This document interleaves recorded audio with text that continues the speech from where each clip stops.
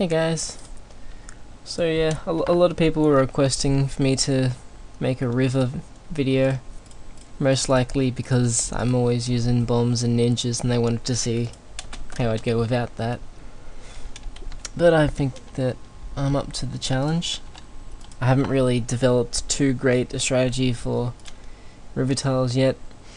Honestly, probably one of the best things you can do is to use dartlings, but I'd prefer not to resort to dartlings, mainly because I like to multitask things.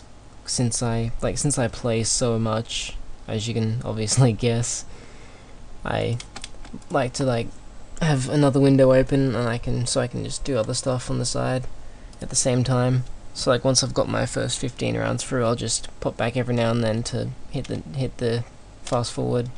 I'll start next round, hit fast forward and whatever, buy some new stuff. But yeah, so pretty much here, I wanted to get that village down soon.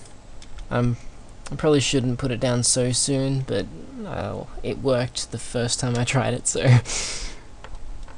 I've just been going along with that. If I try something new, I might put that in later, but I guess if you can get it on earlier and get the cheapness started a bit sooner, then that's never something to complain about. I didn't really use this factory here last time I tested this, but I used about 150 road spikes, so I'm hoping that this can make up for not using those road spikes. The issue for me here is going to be the first mob, because I can't get my mob mauler up or my ninja up to try and take that out, so I gotta work out something else that can take off that shell as well as the ceramics underneath it. If you got enough buccaneers up, then you can do that fine. When I was used to be doing these tiles, I'd start with 4 buccaneers, one of the cannon towers, and then cannon ships, and then a bunch of the destroyers. If you're gonna use the buccaneer strategy, then I do quite recommend that you start with a cannon ship, because they can take out leads and stop you from having to use those pineapples early on. It is still a very good tower, even though it's not as good as the destroyer at taking out mobs. It's still quite an effective tower. So what am I gonna do here? I guess I might try and get a farm down, since they're cheaper here. Having a nice cheap farm. Cost 850 base underneath my village, it'll be even cheaper. That should be a nice investment for later on. I don't usually actually use farms in Blins Monkey City. I try not to, I guess, but yeah. There we go. Yeah, pretty cheap. Yeah, I can win tiles without using farms, so I generally try not to. Not to say that they're a bad option, because they're obviously never a bad option if you can afford to get one down without losing. Farms are pretty crazy. From here, I guess I'm going to build another buccaneer. Put him here so he can get good range over the balloons before they come in. Or before they get around to this bend. Yeah, I'm probably going to get this up to an MIB still, just so I can put an ice tower in this corner, because that's probably a very good corner to put an ice tower on. Yeah, it's fine.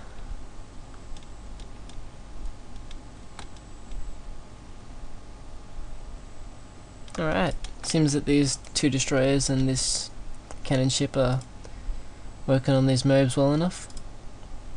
So I'll get this camera detection now. Probably could have gone without getting the crow's nest, but that's something to remember for future reference. If I'm going to get the radio up that early, then I can probably do without getting crow's nest on my destroyers. Just save myself a little bit of extra money. Might just get that attack speed. MIB. I might just get another. I'll get another farm if I can fit it in. I prefer to fit it into my village, but I don't think that's going to be an option at the moment. Yeah, I'm just gonna slow down here to make sure I don't leak. I'm trying to do no lives lost for you, just to prove that I can actually do it with this particular strategy, just in case you guys want to do it. I personally don't really mind if I get no lives lost or not in this game. I did it early on, but I don't really need those extra balloon stones anymore. I've got a surplus at the moment, which is just going up, and it's not gonna go down really unless I use continues or extra starting cash, which I don't do. Yeah, as I said, I think I said previously, I've never actually used the bonus starting cash in this game.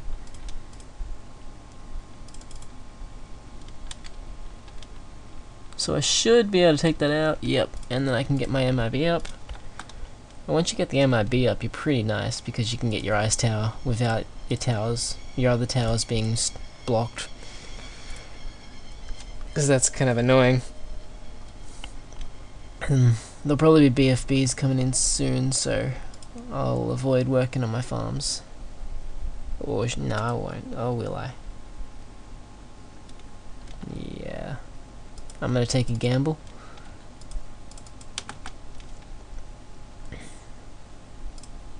How much does it cost? Only 10k to upgrade that. So if I add these together, I'll get back like 5,000-ish.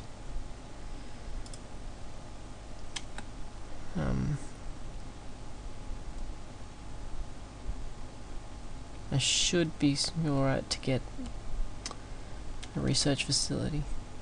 Why do I call them research facility? Yeah. Okay. Let's see if I can take out this BFB first.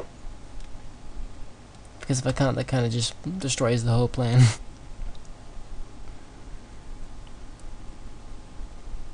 Come on, ice tower. Yes. Yes. As long as I can get some stuff under that ice tower. I do have the Shard of Everfrost, so if I didn't have the Shard of Everfrost, I probably would not have been able to get past that point just there. And I probably sold those a bit early, but that's fine. I can live with that.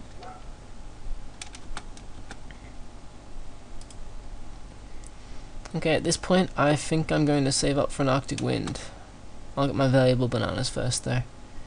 Give me an extra 150 cash per crate. An Arctic Wind. So, I'll get like 450 from the BRF per round, so there's no way I'm not going to get this within shortly. Getting it now might help, actually. Come on. I guess I'll spike more. Yep. Never be afraid to use your road spikes and pineapples if you're going for no lives lost. It's not really, like, as long as you've got a good setup, I mean, you can recover from it fairly fine. It's not a big deal. I use them a lot, and I'll put a super monkey up now. I don't plan on actually. I might upgrade him later on. I don't plan on keeping him too well upgraded, but he's an asset right now. He's pretty good at taking off the mauve layers. Yeah, since I got that Arctic Wind up, I'm pretty good now. So, put down an ace. I like to have my aces near the exit just because their targeting is kind of bogus. They only have their path, you can't actually set them to target properly, so that's the main reason why I don't like aces. I really hate that. Yeah, as long as you actually place the tower in a good spot though, it's not really that big a deal. Anyway, I'll sell this and get my Spectre up. And I might just sell this to get that and plasma. Getting a Robo Monkey up will help. Yeah, so by this point I've pretty much won, I reckon. I don't think there's really anywhere bad I can go from here. The main issue I've got at the moment is that this guy and this guy, these are both clean-up towers in my opinion. They're great towers, but they're great for cleanup. And cleanup is, well, taking out the balloons, not the mobs. So obviously they are taking out mobs well here, but when they come in packed, it's a bit more of an issue. and I can't get my mob maulers out here, so quite simply I just put my spike factories right in the entrance and I get them to here. Get 3 of these and that should strip off most of the mob layers. One more. I might sell this nut monkey now. Get back my 0 cash.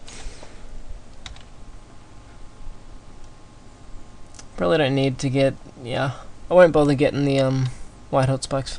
May as well. It's not much. Doesn't really cost that much. I'll upgrade this village here a bit. No point in upgrading it too much though. Get the jungle drums and leave it at that. So I think by here I've won. I don't think that anything's gonna get past this. Although I might get another Spectre just for the sake of owning. Don't need my research facility. It is a research facility. Wait. I'm having a mind blank. Just don't mind me. 2 Spectres and my Robo set up, and I'm quite happy with this. One thing I don't like is regular balloons coming in and stealing your Moby, shreddy spikes. But not much you can do about that when you're sticking right at the entrance. There are some maps where you can work around that, but this isn't one of them, so might talk about that later in one of those. Yeah, I don't really think I want to build much else. Might opt for another super monkey, just because it can target. Remove my reach on this.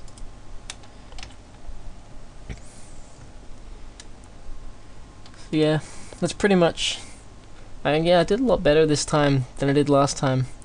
Having this little spike factory here, I didn't even upgrade it, but it still managed to save me 100 spikes. And 100 spikes, that's like 3,000 cash. So not a big deal at the moment. I've got spare cash, which I'm only using for the sake of using it, but I mean early on that can make a bit of a difference. I mean there is a fine line between how many road spikes is appropriate to use. I couldn't really tell you a number. It really depends on the situation, but I'm just gonna you're gonna have to work that out on your own, but I will just leave you with the advice of don't underestimate the road spikes. They are great.